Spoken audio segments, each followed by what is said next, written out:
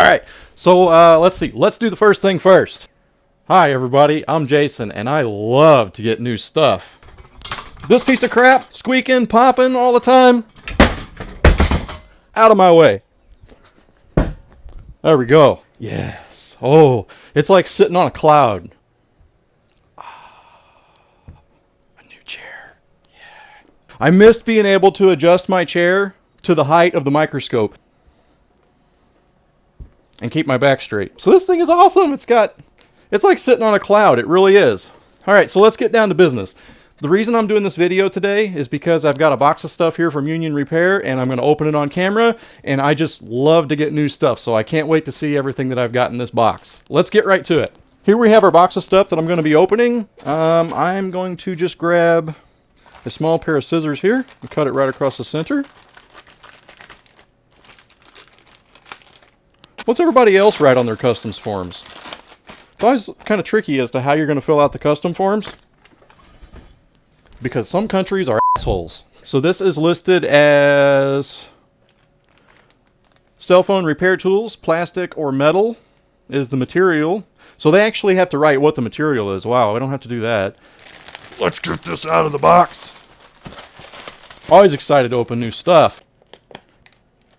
Seems like it's been opened a few times. That's typical whenever we ship phones back to people.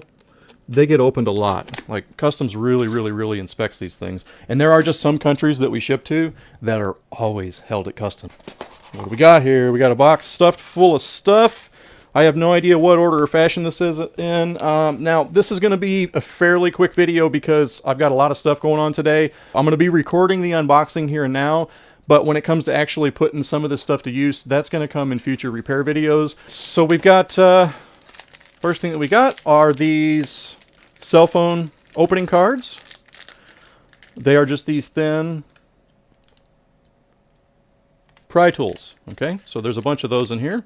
I typically don't use mini plastic sliding pry tools. We'll see. I will wind up putting all of it to use, I'm sure. Now in this package here, we've got Dock Flex Test. So it's these little PCBs. And what we can do with these, we can plug them into the lightning port on the bottom of a phone, and it gives us solid test points to get to the pins, I assume.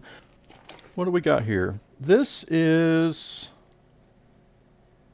a mobile phone holder, okay? This is one of those deals where if you open an iPhone 6 or a 5th gen, or heck, probably even a 3G, God forbid you're working on a 3G still, this is basically to hold the phone open. Typically, I do that with my hands. I'm not sure if I would wind up getting out a separate tool to do that with. There are times whenever I need to have one propped open just perfect. I don't want to unhook the screen. I want to leave it propped open.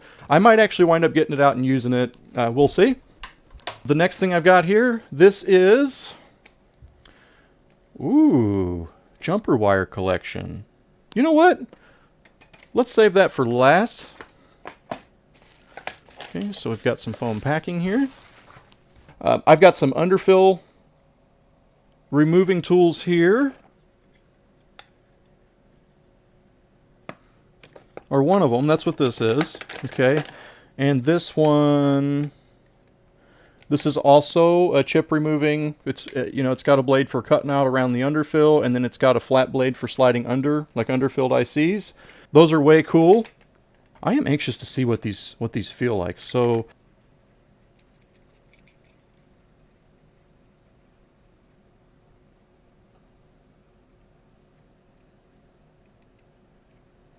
mount it in there.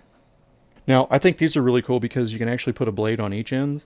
You know, in case you want to stick an X-Acto blade on this end and then the other blade on this end so you can accidentally stab yourself with it. Under the microscope, that looks like that. I'm not sure. I'm not 100% sure what I would use that tool for, but you betcha I always wind up looking for things that I'm going to wind up using to pry. Cool packing. These things are in really nice packing. So I'm going to go ahead and open the other one here. I think this is the one that I see primarily used online by other YouTubers. Although I hardly ever get time to watch other YouTubers anymore.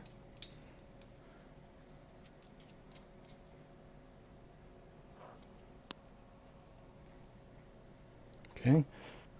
And then this here, this is a really, really thin thing for sliding under chips to remove them. I think that will be very handy. It feels thin enough to where it may actually be able to get between the chip and the balls, like, and just cut through the balls. So we've got an underfill cleaning thing and then another thing for sliding under ICs, and this is what it looks like under the microscope. Yeah, this one here I've seen used. Okay, and then our flat blade for getting under ICs. It's really, really, really thin. Okay, so that is way, way, way cool. These won't fit back in the case with the blades on them, so I'm not going to be putting these back in the case. I'm going to go ahead, I'm going to sit these up here with my primary tools, and I'm going to give those a shot, but honestly, I feel like I'm going to wind up using an X-Acto blade. I'm so used to it. I'm used to the way it breaks, it bends. If it breaks, I don't wind up ordering a blade. I wind up going to Walmart and buying a whole pack of them for like $2. The next thing I'm going to do here, let's see, we have, I've got a couple of pair of tweezers, which, man, I'm excited to get new tweezers. I've been using the same pair of tweezers for ages, and every time I drop them and bend them, I wind up under the microscope filing a new tip onto my tweezers. This looks nice. Let's look. I'm going to give good, honest opinions on anything that I get, and this looks nice. These have a really nice feel to them. Like, I've gotten a lot of precision tweezers that have really good tips, but you have to squeeze them pretty hard to close them. These tweezers, I just barely have to squeeze them to close them. I like this. This is really cool. Let's look at this under the microscope. I don't know how long they're going to stay blue.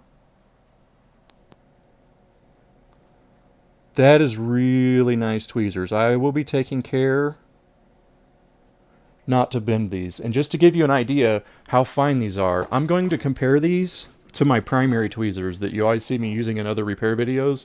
This is my primary use tweezers here. Okay. And here's the tweezers I just got from Union Repair. Pretty big difference, huh? Here's my new ones. Here's my old ones. I will be taking great care not to bend these, because what happens is you drop them and they stick in the floor. It's awful. All right, so I'm going to put the, I'm going to carefully, boy, even moving around with these, like if you accidentally drag them across something, you really screw up the tips. So I'm going to carefully put the cap back on these. I'm really impressed with how these feel. They're heavy, and they've got they're really easy to close. So sweet. I've got another tool here to open. This is also a pair of tweezers. And I hope the tips are just as fine.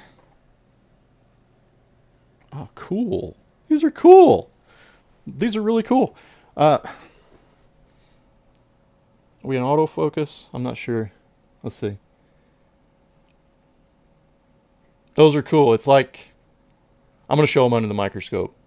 It's super, okay, these are even more cool than the other ones. These are super precise, and they've got this hook on the end. So, that is so cool. That's cool. Check these things out, guys.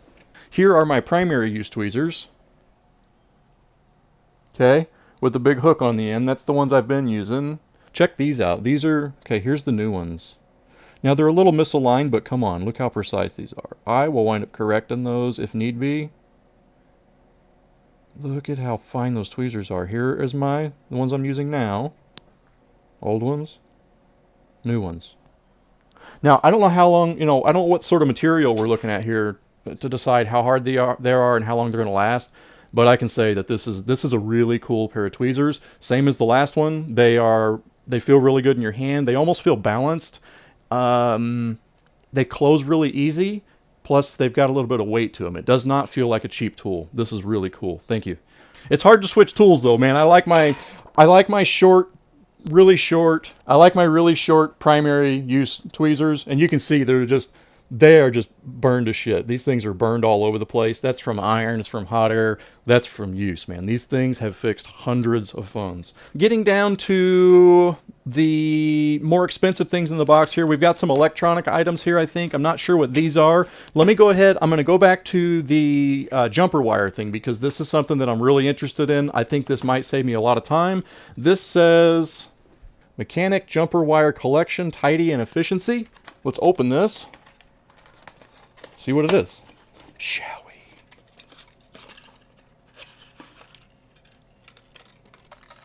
we?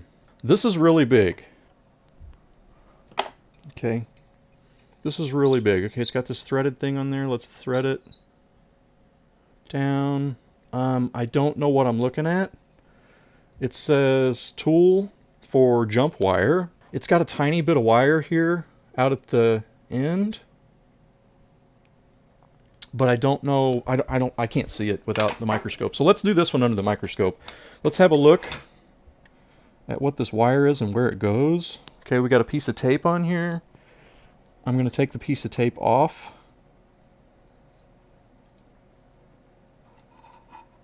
And it's just a piece of wire. Okay. Let's unscrew the tip.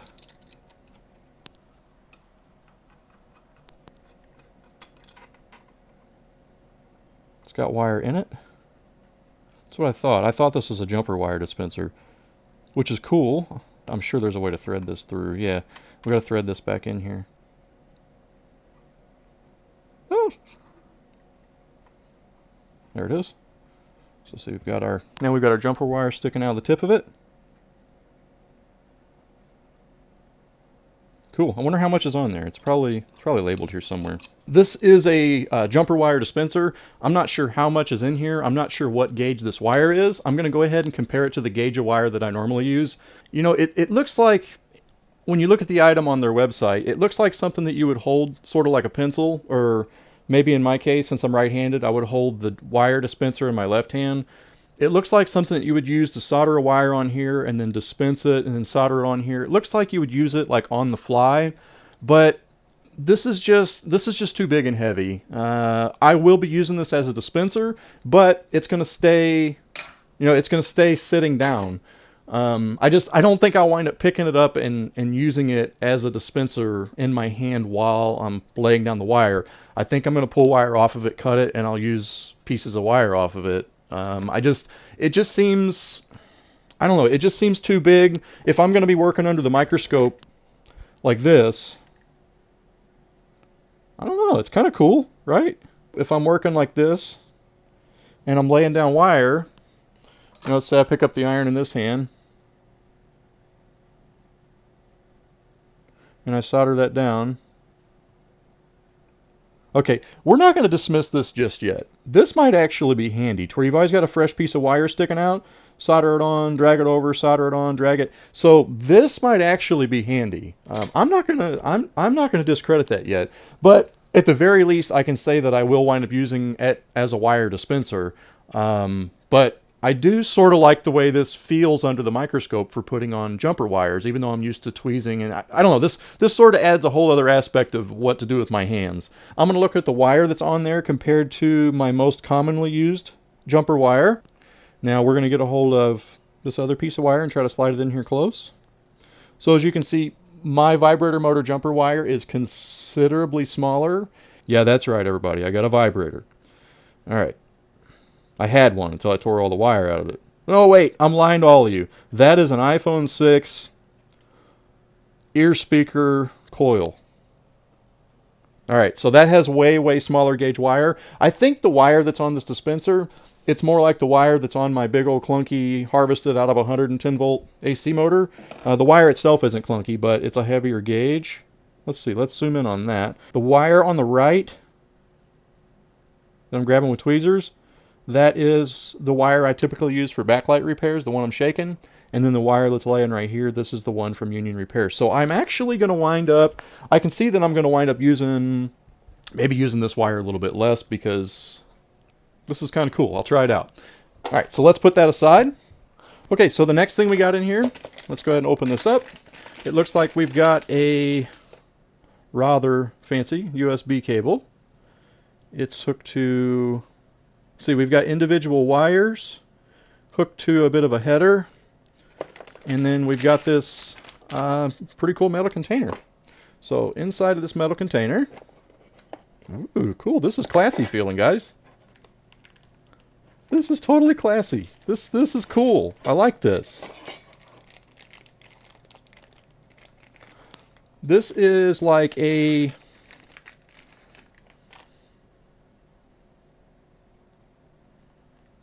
USB dual channel meter. Power supply 0 to 25 volts, 0 to 5 amps. I wonder what all this thing does. I don't have, let's see. I've got the tag that came with it. It has, around the outsides of it, it looks like we've got some standard USB ports. We've got USB-C. Over on this side, we've got micro USB, USB-C. And this is going to be a USB current meter. Just to check this out really quick, I'm going to plug it into a power supply here. And I'm going to hook up some juice to it.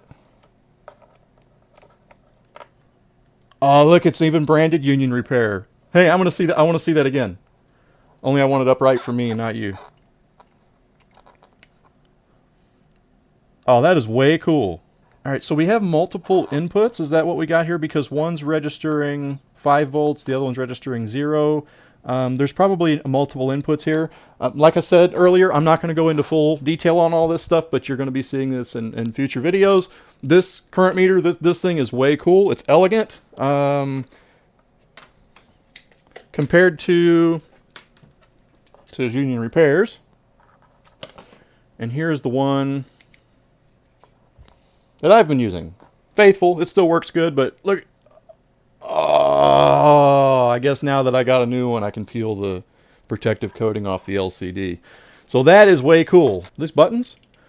Oh, it's got buttons. I'll hook this thing back up.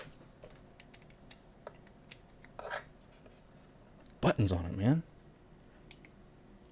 Oh, are you serious? This is way cool. Oh, this is really cool. I am a gadget geek, and even if something serves absolutely no purpose, this is cool. I've got to say that this is really cool. What is this, like a mode button? So this button switches back and forth from a graph.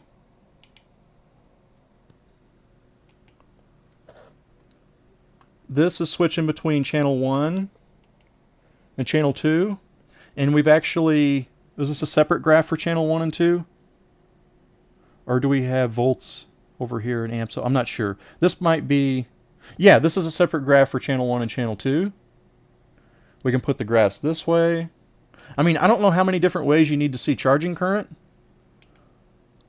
But this is really, really, really cool. All right, so this is our mode. What if when we're back here, so this is channel 1, channel 2. Channel 1, channel 2. So it's really a simple interface, only I'm making it more complicated by fumbling around here. So this is way cool. I will get a lot of use out of this. I'm going to be using this today, and I'm kicking this one aside right away. I might use that, you never know when you're going to need USB current meter. Oh, man. Now that's exciting.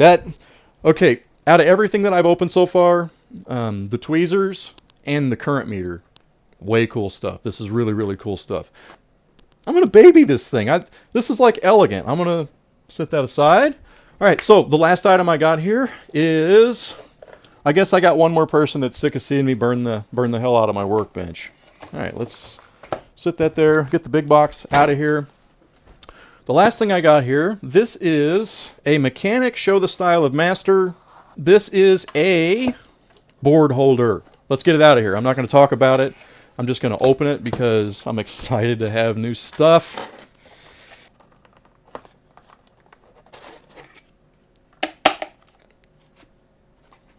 Oh, it came with a bunch of reballing stencils? Seriously?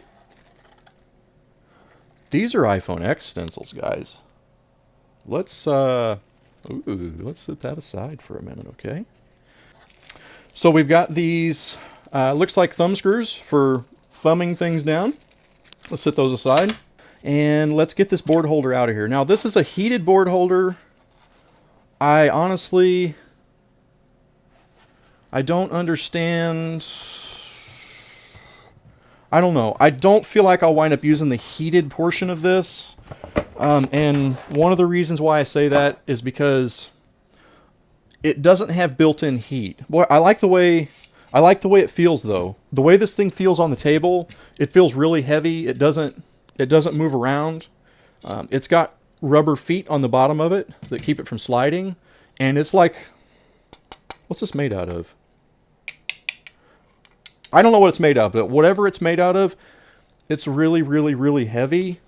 The way that this holder is set up, this is a heated board holder, and it's made so that you can heat up, let's see, it's got inserts to screw a soldering iron into. So on this end here, we've got a soldering iron port. Over here we got a soldering iron port. I've got one of these older, you know, really, really cheap soldering stations where if you left it on and walked out of the room and came back, the iron would be melted on the table. So I wonder if I unscrew my tip thing off the end of that, okay, that gives you this big long-winded heating element thing. So I guess what you would be doing is you would take this, yeah, and it just, this isn't long enough. So I don't know, maybe this is a standard size, but I don't have anything that'll screw into that. Maybe it's a standard, like a standard soldering iron thing. Okay, thumb tighten screws, that's going to be, oh, thumb tighten screws. Okay, I know what these are for, right? These go into these, don't they? To make it easier to, oh, they tighten it. Okay, so you draw it back, and then you can tighten the thumb screw and lock it into place. Or you can drop it. All right. That's not bad. I'll wind up trying this thing out, and I'll probably wind up using it full time. That's going to be totally cool.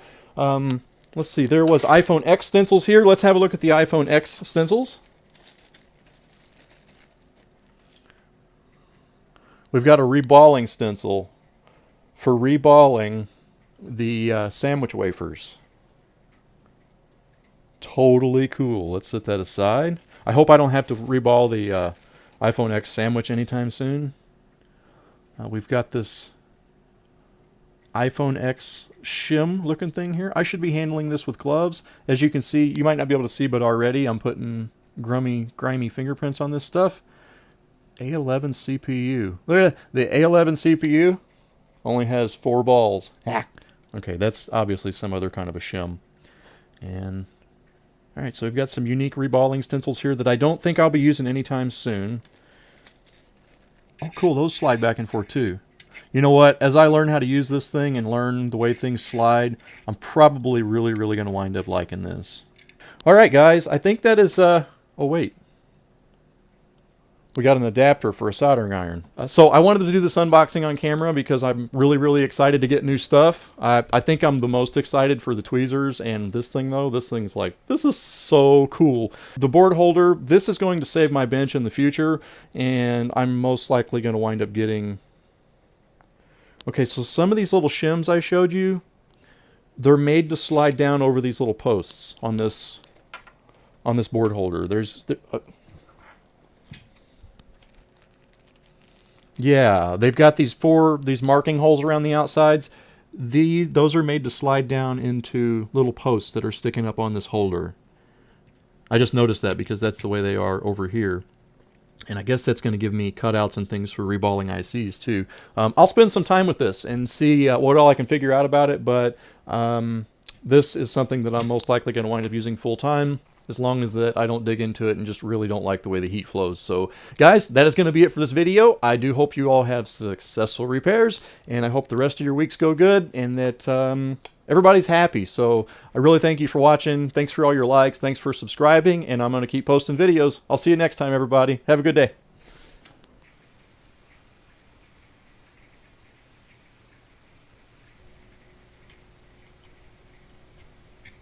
That's a little too tight. So let's loosen it up a little.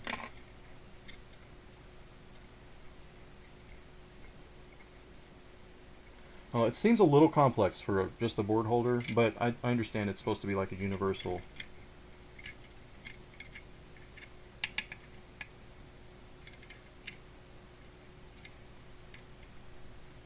Cool. And that keeps whatever part of the board you want.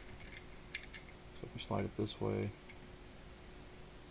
Oh, I might have to spend a little more time getting things out. Oh well, I'll figure out how to use it. Basically, the idea of this holder is to have... That holds it really, really good. And I don't think it's going to break anything either. So basically, the idea of this holder is to have the area of the board that you're reworking over the top of the heated thing. And we've got one here, and we've got one here. We've got one on either side. So there's two spots that are heated.